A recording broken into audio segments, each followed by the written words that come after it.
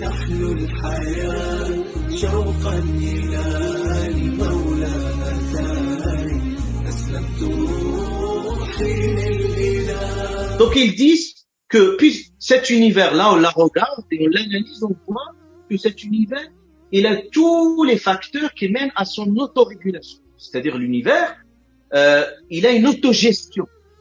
Ça veut dire qu'il n'a pas besoin d'une intervention extérieure, soit de Dieu ou autre chose. Et vous voyez que cette question philosophique a des implications dans tous les domaines, politiques, économiques. Même sur par exemple aujourd'hui, ce qui a causé toutes les crises économiques aujourd'hui, c'est on parle d'un postulat qu'on est en train de remettre en question par rapport au capitalisme, c'est la question de l'autogestion du marché, c'est-à-dire l'autorégulation du marché. C'est-à-dire on partait du principe, le marché libre, laisser l'économie, il va s'autoréguler tout ça. C'est une conception. Et on a vu les dégâts. Donc, ce qui fait, il y avait une régulation de l'État et l'intervention de l'État, justement, pour dire que le marché ne peut pas se laisser comme ça. Il faut absolument une régulation extérieure. Donc, vous voyez, on remet en question certains modèles. Je vous ai parlé juste de ces implications au niveau économique, que vous pouvez trouver au niveau politique et partout. Donc cette conception, d'ailleurs, c'est en fait Paul Valéry, en fait, d'ailleurs, il disait cette très belle phrase que j'aime bien. Il dit que l'homme a appelé hasard la cause de toutes les surprises. À chaque fois, c'est quelque chose qui lui surprend, il appelle au hasard. Donc, et même certains philosophes à l'époque qui croyaient que Dieu peut exister, mais pour eux, c'est que Dieu, il a créé l'univers, il n'interagit plus avec l'univers. Il a laissé une gestion autonome de l'univers intérieur.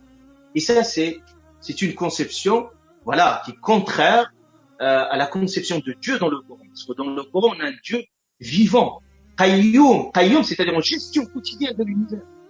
Allah Azza wa Jalla parle de lui, c'est-à-dire les cieux et la terre, tout le monde l'interroge, et Allah Azza wa Jalla s'occupe des affaires de sa création au quotidien. Donc une gestion quotidienne. On n'a pas un Dieu absent de l'univers. Il est bien présent dans l'univers. Donc le Coran fait référence à cette catégorie qu'il appelle al-Dahriyun.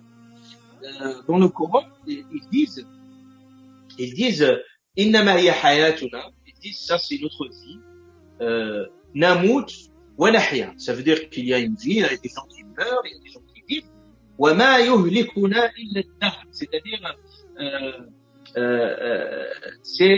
on a l'effet du temps. C'est-à-dire, ils disent premièrement, le Coran a parlé de cette conception, que ces gens-là conçoivent l'univers, pourquoi il y a une vie, les gens, certes, ils meurent, ils vivent, après, il n'y a plus rien. Il n'y a plus rien. Donc, c'est une conception nihiliste, un peu. C'est-à-dire, ils disent que la création, c'est par l'effet du temps. Enfin, c'est à travers le temps, il y a une reproduction normale, il y a le mariage, les gens se reproduisent, ils meurent naturellement, il n'y a pas de gestion. Ils parlaient de l'éternité du temps, c'est-à-dire que n'a pas de début, n'a pas de fin, le temps.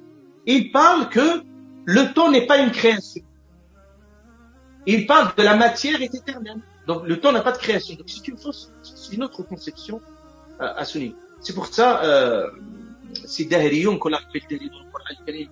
Dahriyun au sens du temps, la vision du temps. Le prophète a dit dans un hadith qudsi, vous voyez le hadith qudsi, le prophète, il restitue les propos d'Allah Azza wa Jalla sans qu'il soit au direct, mais il restitue, il prend le sens, il restitue les propos, et il dit, Allah Azza wa Jalla, dans ce hadith qudsi, il dit, Ibn Adam, il dit, le fils d'Adam m'insulte.